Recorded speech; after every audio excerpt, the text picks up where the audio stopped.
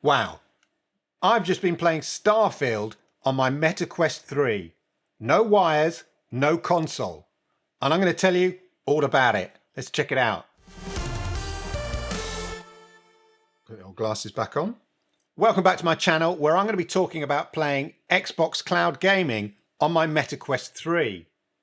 So recently, back in October, Xbox Cloud Gaming announced they were coming to the Meta Quest 2, 3 and Pro. Well, it's here and it's available now in your Meta Quest store. It's currently in beta, but check it out in the Meta Quest store. All you got to do is download it onto your Meta Quest. Now, anybody who watches my channel will know I'm a big fan of cloud gaming in general. I was a big supporter of Stadia. Whatever you might think of it, the technology was amazing and it allowed you to play games like Destiny 2 in amazing quality over the cloud, and yes, with next to no latency compared to your old PlayStation 4 or your old Xbox One. I'm not saying compared necessarily to current generation, but it was pretty impressive. Since then, we've had xCloud, whatever they want to call it, from Xbox, which is now part of Xbox Game Pass if you have it, and also GeForce Now. I'm a big fan of GeForce Now, especially GeForce Now Ultimate. So the concept of being able to play Xbox games on your Meta Quest 3 when you're out and about on the go without the need of a monitor or carrying a console with you is a pretty inviting package. If you're new to cloud gaming, in simple terms, it's a bit like, Netflix or Disney Plus, in which it sort of streams the game to your device, and then you use your controller either by Bluetooth or back in the day in terms of Stadia over Wi-Fi to control the game. But you would imagine that, given the fact that you need to kind of respond really quickly with games, that, it doesn't make any sense and it doesn't work. Well, you'd be wrong. And a lot of people who claim that it doesn't work, cloud gaming doesn't work, are, I'm afraid, factually wrong, right? That's it. Get over it. It works. I've been using cloud gaming for over 2 years now. And, is it perfect? No. Are there prime examples of when it just works amazingly?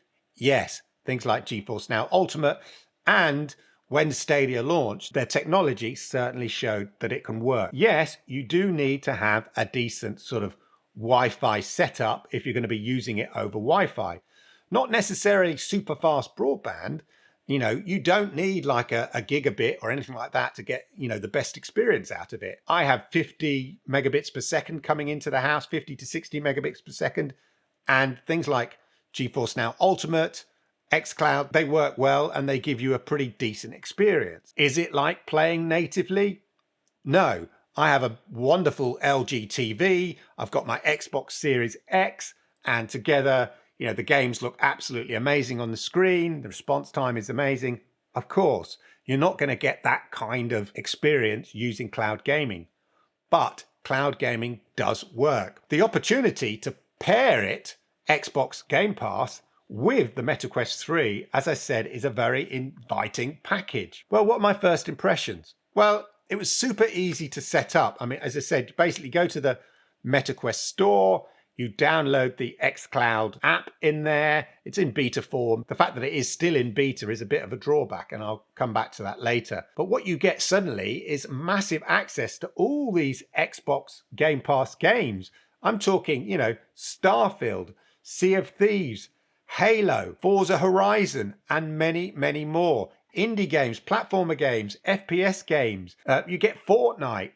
And thanks to the Activision Blizzard deal, we're fairly certain you're going to be getting Call of Duty, maybe Overwatch, stuff like that, all the Activision Blizzard catalog. Not 100% guaranteed, but it's fairly certain they'll be coming to Xbox Game Pass and the cloud in 2024. Once you've downloaded the app, you can open it up and you can either connect your controller of choice by Bluetooth in the Bluetooth settings to your Meta Quest, as I did in this case. And then what you basically have is a fairly simple app. You're in a kind of, I guess it's like an Xbox theater, and then you have the screen in front of you. In terms of the screen, you can either, live in that virtual Xbox world. That's if you've got sort of the Meta Quest and the Meta Quest 2. Of course, if you have the Meta Quest 3, you can have the pass-through, so you can see your own environment if you want. And in front of you is a big screen. Now there are 4 choices of screen that you can have, and you go right up to XL. I'd say XL, which is what I tried it in, is like a large projection screen. It does feel like being in a sort of in your own personal cinema. I've always loved the idea of having my own personal cinema in my house and then being able to play games on a massive screen. Anyway, that's what you're confronted with, and then you just, select the games and off you go. No downloading, anything like that. Now, there sometimes are kind of wait times on Xbox Game Pass games. I've not really experienced it that much, but recently there has been more. Whether Xbox are going to do anything about this, we don't know, but hopefully they will by increasing the number of servers available and stuff like that. But anyway, the principle is you pick your game of choice, and if it's in the cloud, I'd say 99% of Xbox Game Pass games are cloud. Not all of them, but nearly all of them. And off you go. So the great convenience of that is suddenly you've got this super portability without a console. All you need is basically a controller and your headset, and obviously a decent Wi-Fi network. And there you go.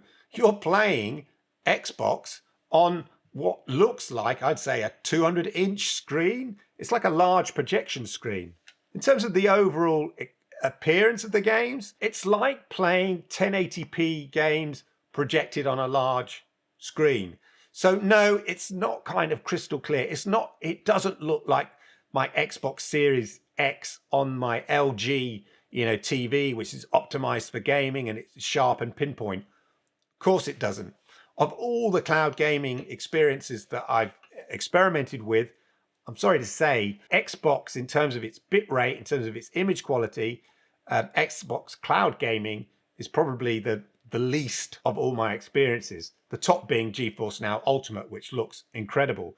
But you're always going to lose a bit of quality. But ultimately, I guess when you're playing, and you're playing like on the go, without the fact that you haven't got a console with you, or you haven't got a monitor with you, but you're still playing and having an Xbox experience on a 150, 200-inch screen is pretty impressive. The games look fine. They look okay. As I said, they're not in 4K. It's like projected enlarged 1080p, so you'll see a lack of quality, but it's very, very playable. In terms of latency and lag, again, I think Xbox probably suffers, for me anyway, more than any other cloud gaming experience, and I did notice it.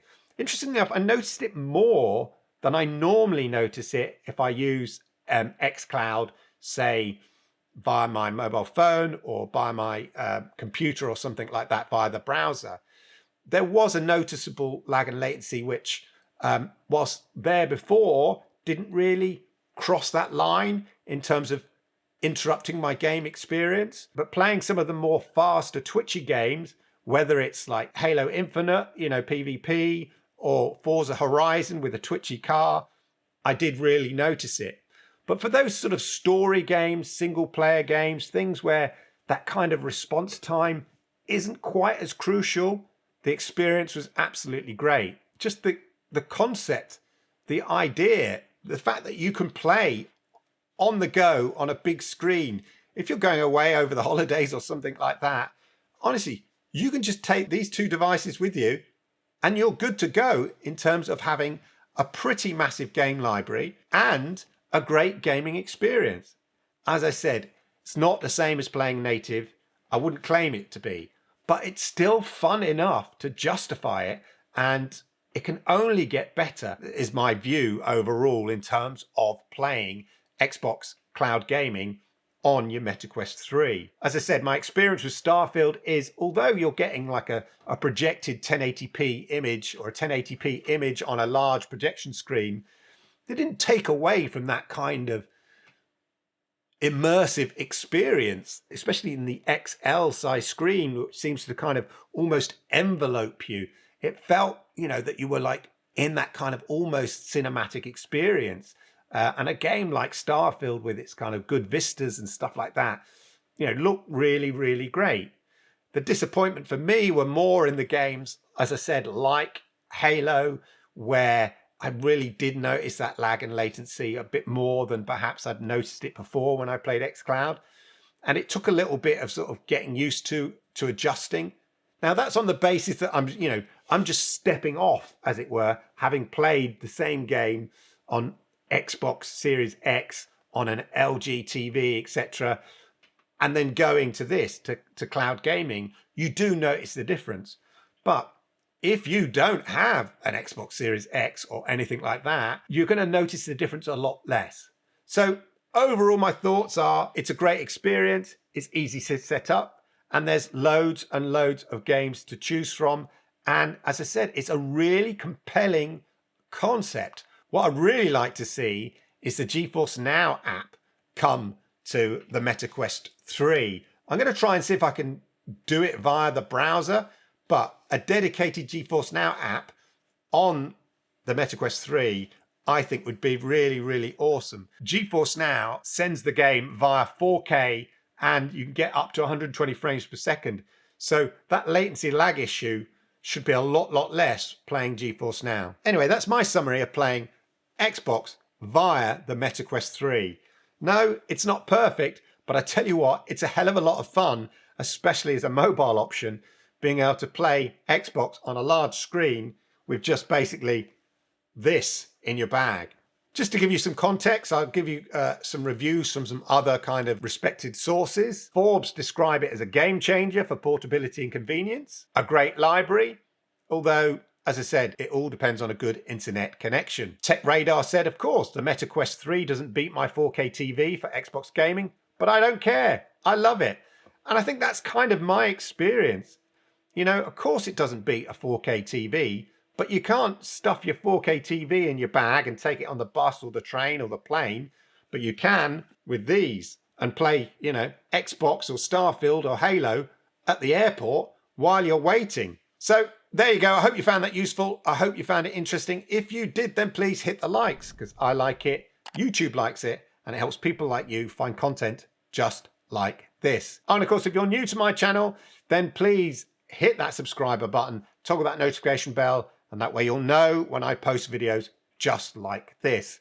Talking of videos just like this, why don't you check out the videos here? I think you might find them interesting. Thanks for watching.